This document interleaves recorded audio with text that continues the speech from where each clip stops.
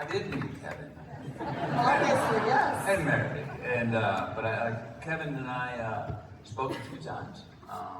And going into this, look, doing something that's based on real events, inspired by real events. I think as an actor, probably as a director too, I suppose, you come into it with a little more responsibility, reverence, etc.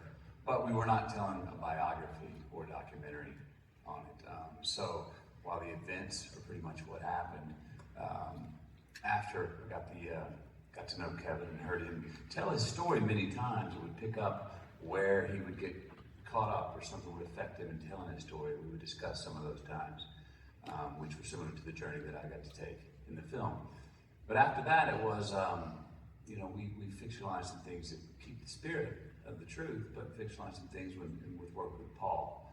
A lot of the father-son themes that were going through this, and that line, the great line that Paul wrote, it seemed like you wrote it on the day. I was feeling like I was too late as a son, and now I think I'm too late as a father. That and the fact of second chances, which is a theme that runs through this whole story after you see it. So that was my process of getting into it. That's right, and my mother too. How about that? If you didn't hear, my mom was the one. Is it Levi? Come on out of here, bud. Come on out. Yeah. So Levi. Yeah, but so my mom has kind of always been a performer. I've actually Richard Linklater put her and I in one scene in a film we did, Burning. And she's always been performing. I had no idea that this young man, my son, was interested. But when I pitched the script to the family, as I always do before work, I got to the part about Kevin having a son. And he asked me one day, well, how old is he? I said, he's about your age. And then he goes, do you think I could read for it? And I didn't say anything.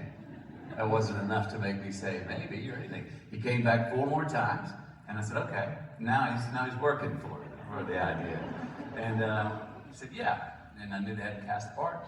Pulled out the camera, worked with him on a scene, and sent that to Francine Maisler. And I said, I remember I had a note. I said, I think you might be good enough for a callback.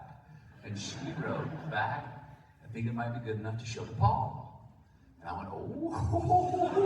And I said, well, if you do that, will you do me one favor? Will you pull the last name off? So it's just, there's no McConaughey on the end of that. And she said, yes. Next call I got, he said, he goes, that's the guy, that's the son.